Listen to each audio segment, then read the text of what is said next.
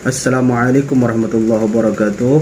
Alhamdulillahirabbil alamin wassalatu wassalamu ala asrafil anbiya'i wal mursalin wa ala alihi wa sahbihi ajmain, amma ba'du. Sahabat beriman yang dirahmati Allah Subhanahu wa taala, alhamdulillah kita bisa berjumpa kembali pada channel ini, dan pada kesempatan kali ini marilah kita dengarkan kajian tausiah dari guru kita Al-Ustaz Abdul Somad. Semoga apa yang nanti beliau sampaikan bisa kita amalkan dalam kehidupan kita sehari-hari. Penasaran seperti apa isi daripada kajian beliau? Mari kita dengarkan bersama. Selamat mendengarkan. Maka Yahudi ini pendendam. Orang yang paling dendam di atas dunia ini adalah Yahudi. Nebukadnezar sudah lama musnah, tapi dendam mereka kepada Irak sampai hari ini. Babilonia itu adalah Irak. Maka siapapun yang menjadi penguasa, pasti mereka akan perintahkan untuk menghantam Irak. Dari mula George Bush sampailah sekarang, Irak selalu dihantam. Dituduh bahwa Irak ada punya senjata membunuh manusia. Mereka katakan bahwa Saddam Hussein ini ada memiliki senjata yang boleh menghancurkan peradaban manusia. Akhirnya mereka membunuh Saddam Hussein. Apa yang terjadi? Sampai hari ini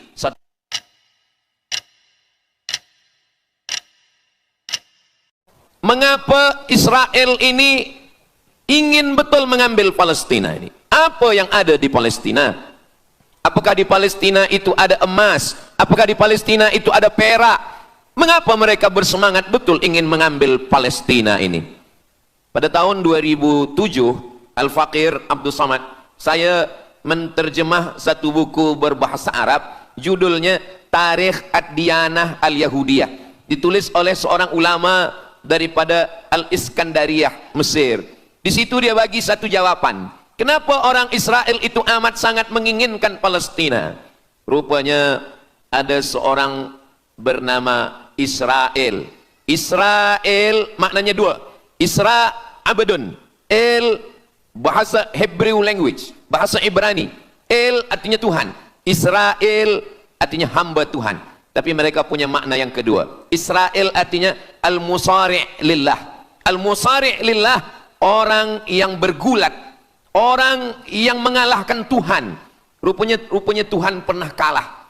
Dan ketika Tuhan kalah, lalu Tuhan memberikan hadiah satu petak tanah, dan tanah itu adalah tanah Palestina menurut mereka. Jadi mereka meyakini bahwa ketika Tuhan dikalahkan oleh Israel, maka hadiahnya adalah bumi Palestina. Itulah kenapa mereka amat sangat ingin mengambil tanah itu.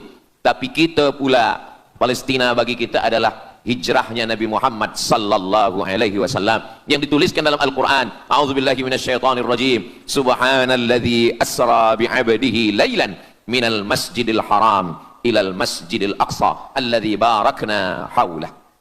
Dulu semasa belajar di Al-Azhar ada satu subjek namanya Al-Milal wan Nihal.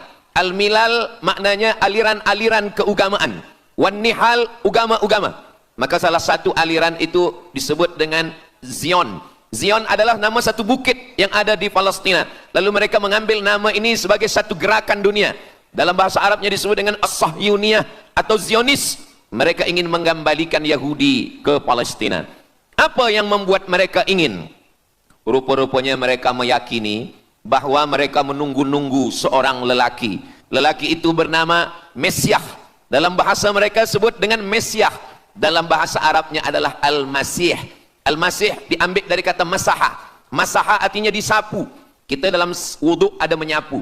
Idza qumtum ila shalah, kalau kamu ingin sembahyang, faghsilu wujuhakum, muka dibasuh. Wa aydiyakum ilal marafiq, tangan pun dibasuh hingga ke siku. Tapi kepala dengan telinga tidak dibasuh.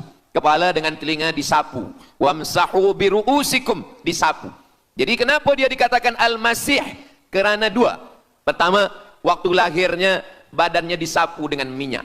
Yang kedua, setelah dia besar, bila dia tengok orang lumpuh, dia sapu. Orang yang lumpuh boleh tegak berdiri. Bila nampak orang buta, dia sapu. Orang buta boleh menengok.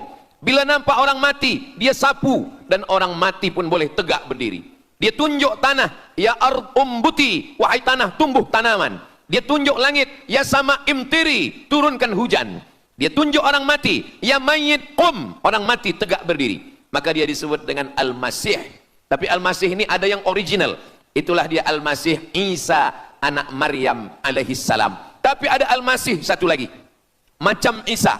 Orang Arab bila ada mangkuk mereka sebut dengan wi'a. Kalau mangkuk ini emas, mereka katakan al-wi'a al-zahabi, mangkuk emas. Tapi kalau mangkuk ini dari perak tapi dibalur dengan emas, mereka akan mengatakan al-wi'a al-mudajjal. Dia bukan emas, tapi dia nampak macam emas, maka dia namanya mudajjal. Begitu juga dengan Al-Masih ini. Al-Masih yang betul-betul Al-Masih, dia adalah Al-Masih Isa anak Maryam. Tapi ada yang macam Al-Masih, bentuknya macam Al-Masih, macam mukjizat Al-Masih, tapi dia bukan Al-Masih. Itulah dia Al-Masih Ad-Dajjal. Sebenarnya mereka sedang menunggu Al-Masih Ad-Dajjal. Kita pula sebelum salam kita minta perlindungan kepada Allah dari Al-Masih Ad-Dajjal. Allahumma inni a'udzubika min adzabi jahannam wa min adzabil qabri wa min fitnatil mahya wal mamat wa min syarri fitnatil masihid dajjal. Kita minta tolong pada Allah supaya jauh daripada Dajjal. Mereka menunggu-nunggu Dajjal. Kenapa mereka ingin menunggu Dajjal? Sebab menurut mereka bila Al-Masih Dajjal ini datang, maka nanti kambing akan berdamai dengan serigala. Semua akan hidup tenang dan mereka akan menjadi penguasa dunia. Selain daripada Yahudi Israel adalah ghaim. Ghaim adalah keledai tunggangan. Jadi sebenarnya sesiapa saja pun yang bukan Yahudi, dia hanya akan menjadi keledai. Dan mereka ini adalah agama yang juga sebagai suku bangsa, yang juga sebagai sebuah negeri. Kita Islam, agama kita, tapi bangsa kita Melayu.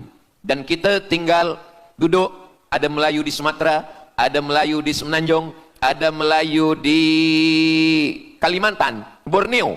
Melayu tersebar di beberapa negara. Tapi Yahudi tiga. Yahudi sebagai agama, Yahudi sebagai bangsa, Yahudi sebagai negeri. Mereka ingin mewujudkan ketiga-tiga ini menjadi satu. Kami bangsa Yahudi, kami agama Yahudi, dan kami punya negeri Yahudi. Itulah keinginan mereka. Maka mereka sedang menantikan raja mereka. Raja mereka adalah Al-Masih Ad-Dajjal. Dan Al-Masih Ad-Dajjal ini akan turun kalau syarat-syarat ini mereka penuhi. Kata Syekh Fargallah dalam subjek Al-Milal wan Nihal. Maka yang pertama diminta oleh Al-Masih Ad-Dajjal ini adalah semua Yahudi kembali kepada bumi Israel. Mereka mengatakan itu bumi punya dia dan semua akan kembali. Rupa-rupanya mereka tiada punya negeri. Sama macam nasib orang Kurdi. Kurdi ada di Turki, Kurdi ada di Irak, Kurdi ada di beberapa belahan bumi. Syekh Amin Al-Kurdi, mursyid tarekat Naqsabandiyah di Mesir, orang Kurdi, tapi duduk di Mesir. Syekh Muhammad Said Ramadan Al-Buti, orang Kurdi, tapi duduk di Suriah. Salahuddin Al-Ayyubi, orang Kurdi, tapi dia raja di Mesir.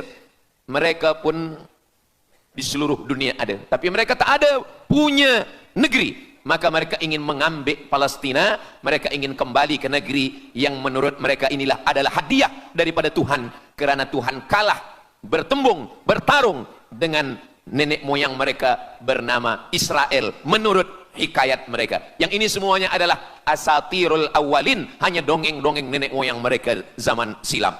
Lalu kemudian datanglah Theodor Herzl menghadap kepada Sultan Abdul Hamid, Sultan Turki. Mereka ingin membayar dengan ratusan keping emas. Apa kata Sultan Abdul Hamid? Dulu Palestina itu diambil dengan darah dan nyawa, maka saya tidak akan memberikannya dengan emas.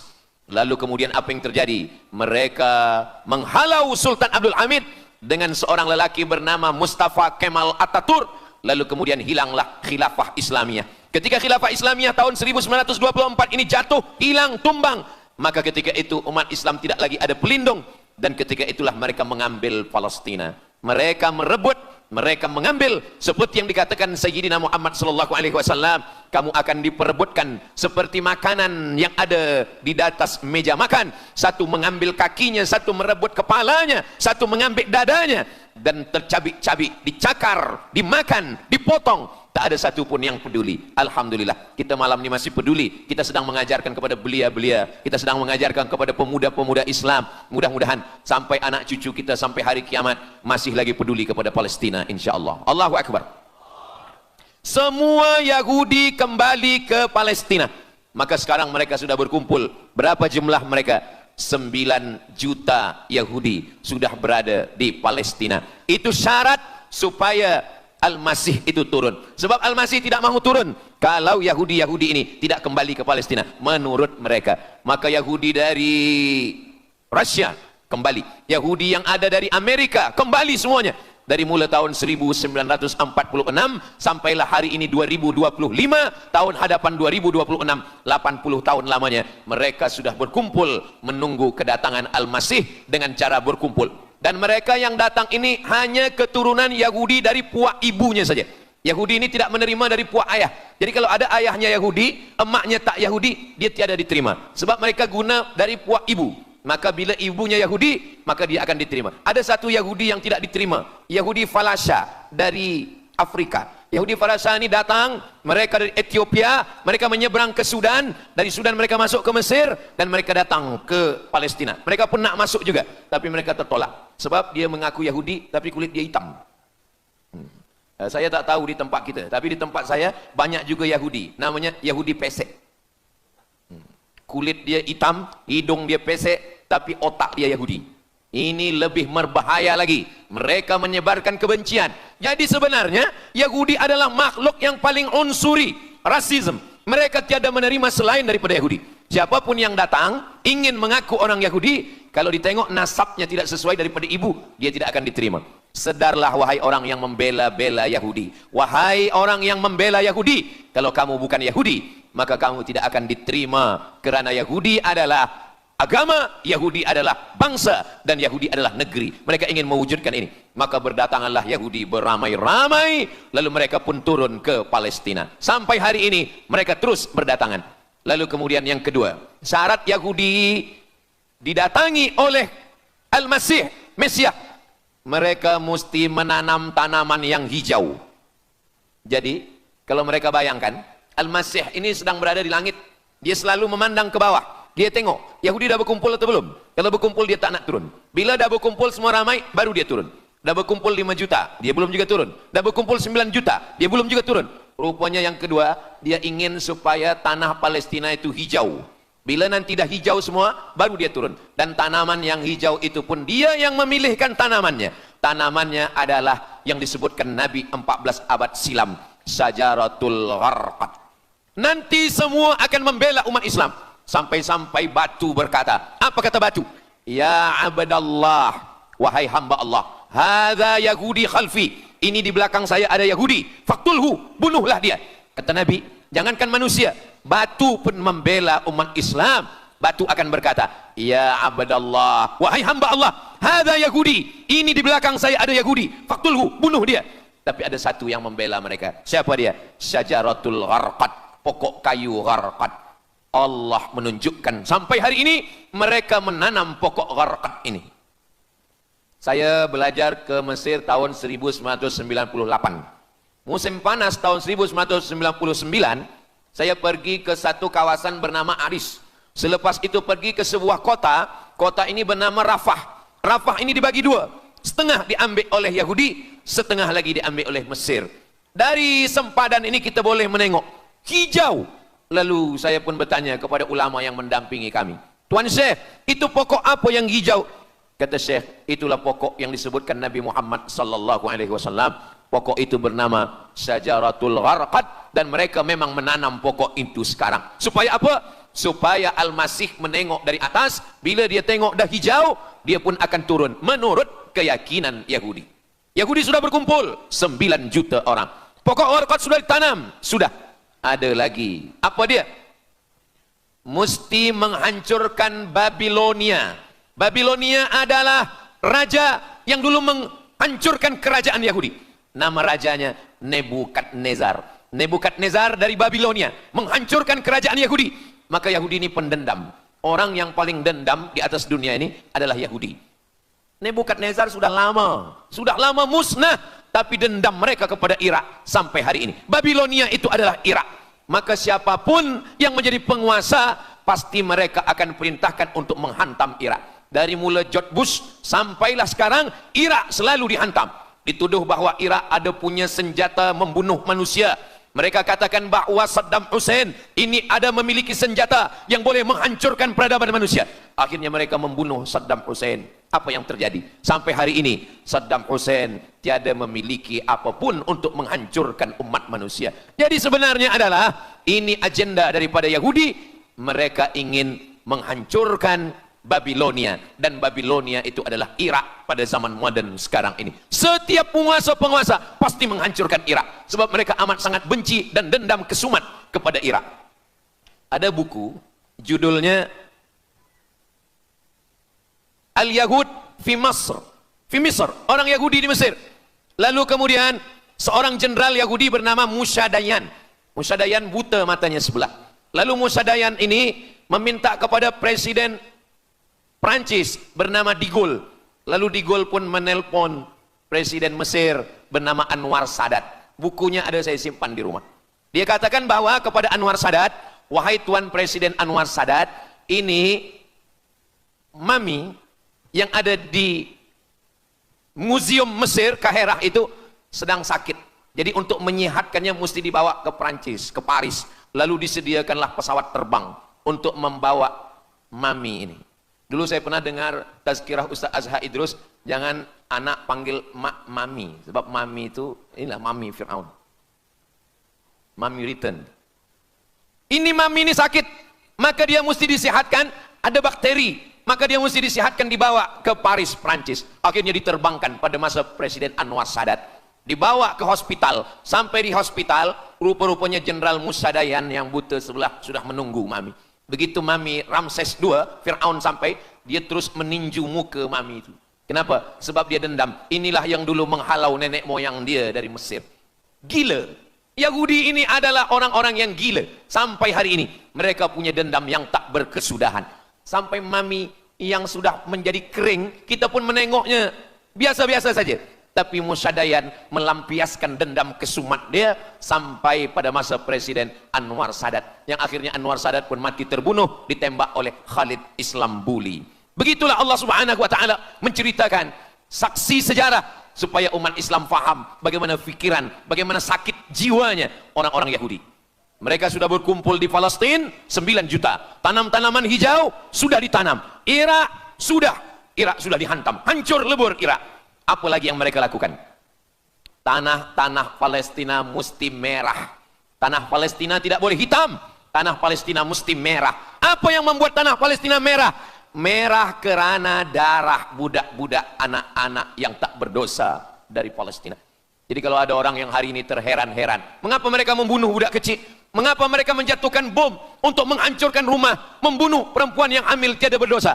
Tapi bila orang faham, dia mengerti. Sesungguhnya mereka ingin supaya darah anak-anak yang tiada berdosa itu tumpah. Kalau darah itu sudah tumpah, disitulah mereka menantikan supaya Al-Masih, Mesiah itu turun membela. Sebab itu adalah raja di raja mereka. Apa yang terjadi sebenarnya hari ini? Yang terjadi sebenarnya adalah mereka membangun, membina sebuah kerajaan dari khayal, dari fikiran gila. Maka ada seorang yang tidak percaya kepada Allah, dia atheist, dia tak percaya kepada Tuhan, namanya Roger Jaroudi, tapi akhirnya dia dapat hidayah, dia masuk Islam. Selepas masuk Islam, dia tulis buku bahwa Israel Yahudi mendirikan negara berdasarkan mitologi, berdasarkan khurafat, berdasarkan kisah-kisah bohong, dusta, tapi mereka percaya dengan dusta itu. Lalu kemudian Roger Jaroudi ditangkap oleh pemerintah Prancis, dimasukkan ke dalam penjara. Bukunya diterjemahkan ke dalam bahasa Arab, diterjemahkan ke dalam bahasa Melayu. Roger Jaroudi, bagaimana orang Yahudi Israel membina kerajaan negara berdasarkan khayal, berdasarkan tipu, berdasarkan dusta, berdasarkan mitologi, berdasarkan asatirul awalin, dongeng-dongeng daripada nenek moyang mereka dulu. Lalu kemudian hari ini kita sudah menengok darah itu sudah tumpah merata-rata di tanah Palestina. Kenapa Al-Masih, Mesiah belum juga turun? Kenapa belum datang juga Mesiah yang mereka tunggu itu? Rupanya ada syarat lagi yang belum. Apa dia? Mereka mesti membina satu yang disebut dengan Haikal Sulaiman, Temple of King Solomon. Mereka meyakini bahwa raja mereka adalah Solomon, dan dia ada sebuah kuil yang mereka sebut, mereka tulis bukunya Temple of King Solomon. Di mana letaknya? Letaknya adalah di atas Al-Masjidil Aqsa. Mereka ingin menghancurkan Al-Masjidil Aqsa, diratakan dengan tanah. Nanti mereka akan bina Temple of King Solomon. Selepas itu mereka siapkan satu kerusi singgasana. Selepas itu nanti barulah turun Al-Masih, Mesiah yang dijanjikan menurut mereka. Yang semuanya ini adalah dusta, bohong, tipu daripada Zionis, karena mereka ingin menguasai dan mereka ingin membuat sebuah negara yang sangat besar, yang negara itu disebut dengan The Great Israelian. Israel Raya, dia dari dua sungai. Biasanya orang membuat map itu rahasia. Map biasanya rahasia yang disimpan. Tapi orang Yahudi Israel, mereka buatkan mapnya di dalam bendera mereka. Kita membuat sesuatu yang rahasia kita simpan. Tapi mereka membuat satu garis biru di atas, satu lagi garis biru di bawah. Yang di atas itu adalah sungai Nil. Sungai Nil di atas. Dan yang di bawah itu adalah sungai Efrat. Sungai Nil di atas, Afrika Utara, Mesir. Sungai Efrat di bawah, sungai Efrat ada di Irak. Lalu di tengah itu ada bintang segi 6. Apa maknanya? Mereka ingin membina sebuah kerajaan yang luasnya dari Nil hingga ke Efrat. Itulah kenapa ketika mereka membuka embasi di Kairo. Subhanallah, sangat luar biasa kajian yang sudah disampaikan oleh guru kita Al-Ustaz Abdul Somad.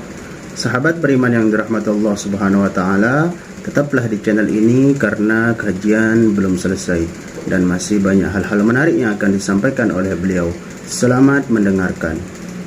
Ketika Israel membina embasi di Kairo, ini sungai Nil, ini bagian atas, ini bagian bawah. Kerajaan Mesir membagi embasi Israel tanah di bawah sungai Nil. Mereka tidak mau. Mereka ingin membina embasi di atas sungai Nil. Kenapa mereka tidak mau membina embasi di bawah sungai Nil? Karena menurut mereka di bawah sungai Nil adalah negeri kami. Orang membina embasi hanya di luar daripada kerajaannya. Jadi sebenarnya menurut pengakuan mereka, Mesir yang ada sekarang, semua yang ada di bawah Nil hingga ke Efrat Irak, itu adalah kerajaan mereka. Yang kalau mereka mewujudkan itu nanti, mereka akan menjadikan semua manusia ini sebagai keledai tunggangan. Alhamdulillah, itu disampaikan oleh Syekh Fargallah. Lalu kemudian kami membacanya, mempelajarinya, beliau bacakan di kelas, dan hari ini saya amat sangat bersenang hati. Tapi kita tetap susah hati dengan Palestina.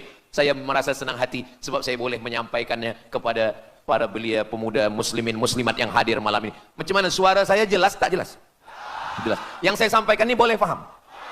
Alhamdulillah. Yang tak faham nanti faham sendiri insyaallah. Begitulah Allah Subhanahu wa taala. Saya dulu pernah berjumpa dengan Syekh Muhammad Jibril. Lalu kemudian saya tanya Syekh Muhammad Jibril, "Syekh, kenapa Allah membinasakan kaum Ad, kaum Samud, kaum Madian?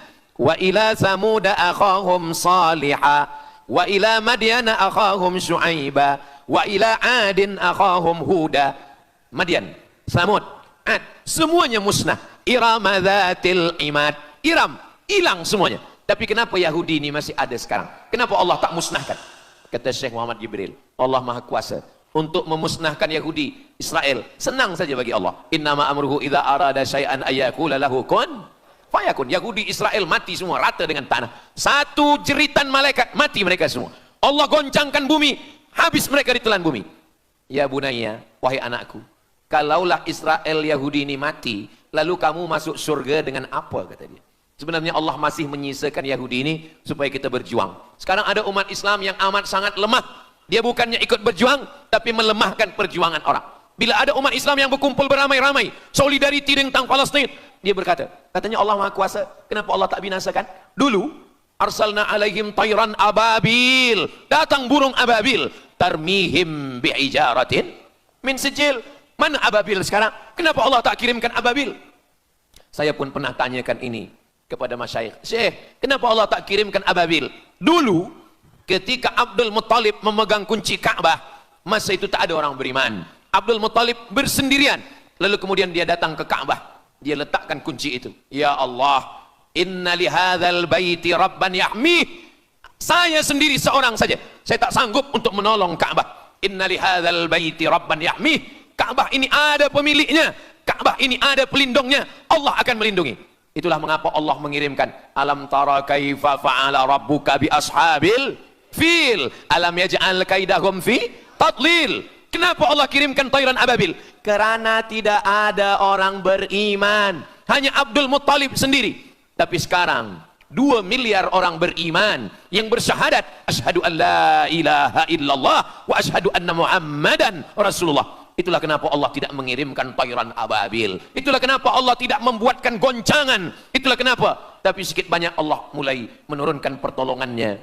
Kalau sudah datang pertolongan Allah subhanahu wa ta'ala, idza jaa nasrullah, kalau sudah datang pertolongan Allah, idza jaa nasrullah wal fath, kemenangan, wa ra'aitan nasa yadkhuluna fi dinillahi afwaja, insyaallah alaysa subuhu biqarib, subuh tak lama lagi pertolongan Allah pasti datang.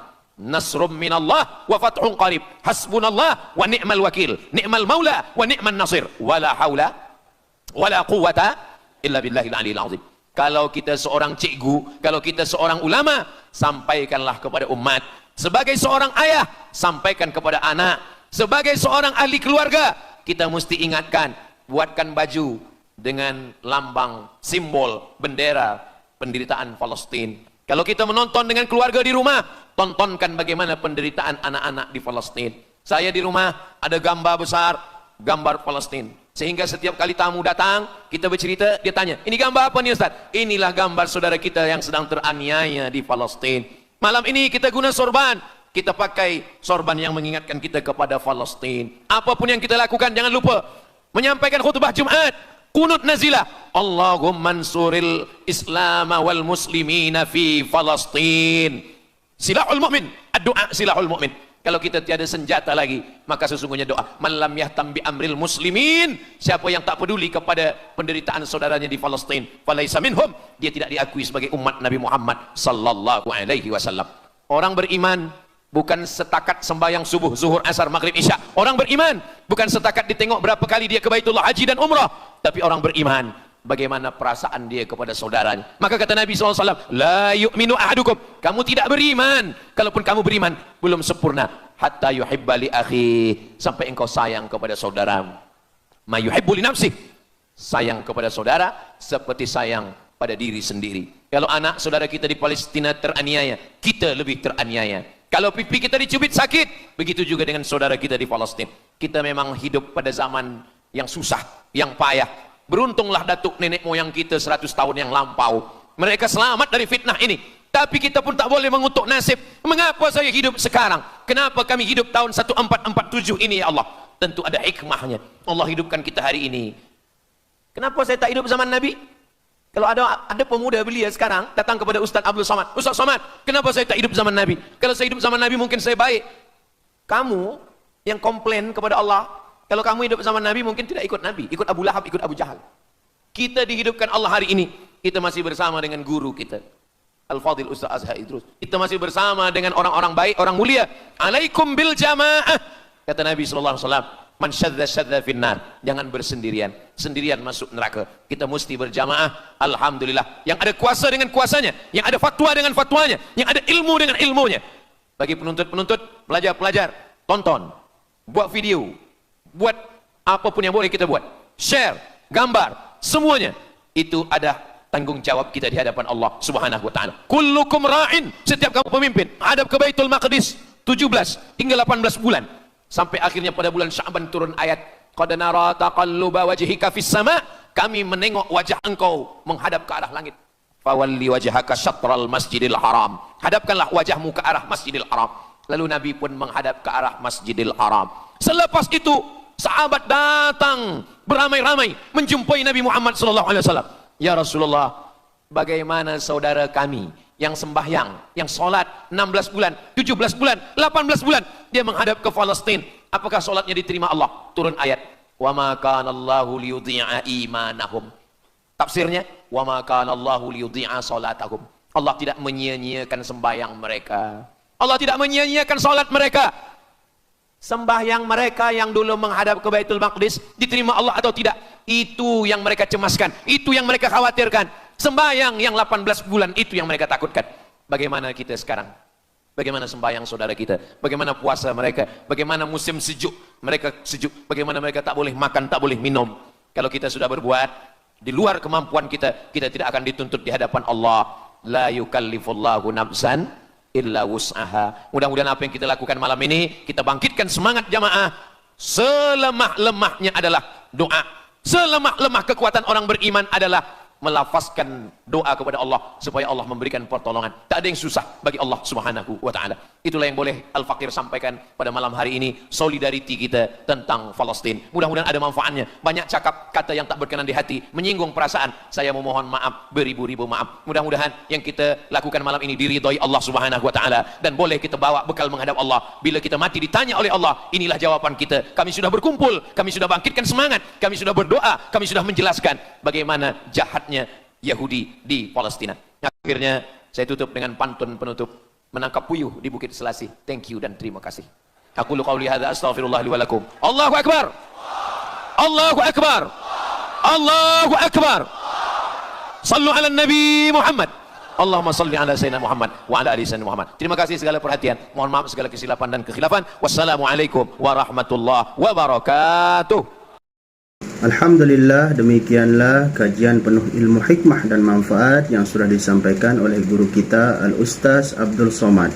Semoga apa yang beliau sampaikan bisa kita amalkan dalam kehidupan kita sehari-hari. Sahabat beriman yang dirahmati Allah Subhanahu wa taala, mari kita doakan beliau mudah-mudahan diberikan kesehatan, keafiatan dan dilancarkan segala urusan beliau. Dan pada para sahabat yang sudah menyimak kajian ini sampai selesai, saya doakan semoga sahabat semua dalam keadaan sehat walafiat, dimudahkan segala urusannya dan dilancarkan rezekinya. Amin ya rabbal alamin. Sampai berjumpa di kajian-kajian berikutnya. Wabillahi taufiq wal hidayah. Assalamualaikum warahmatullahi wabarakatuh. Setelah kita mendengarkan bersama kajian yang sangat luar biasa dari guru kita Al-Ustaz Abdul Somad, sekarang mari kita lanjutkan aktivitas kita masing-masing. Semoga apa yang sudah disampaikan beliau menjadi ilmu yang bermanfaat dalam kehidupan kita sehari-hari. Selamat beraktivitas buat sahabat semua dan sukses selalu. Sampai bertemu lagi di kajian-kajian berikutnya. Wassalamualaikum warahmatullahi wabarakatuh.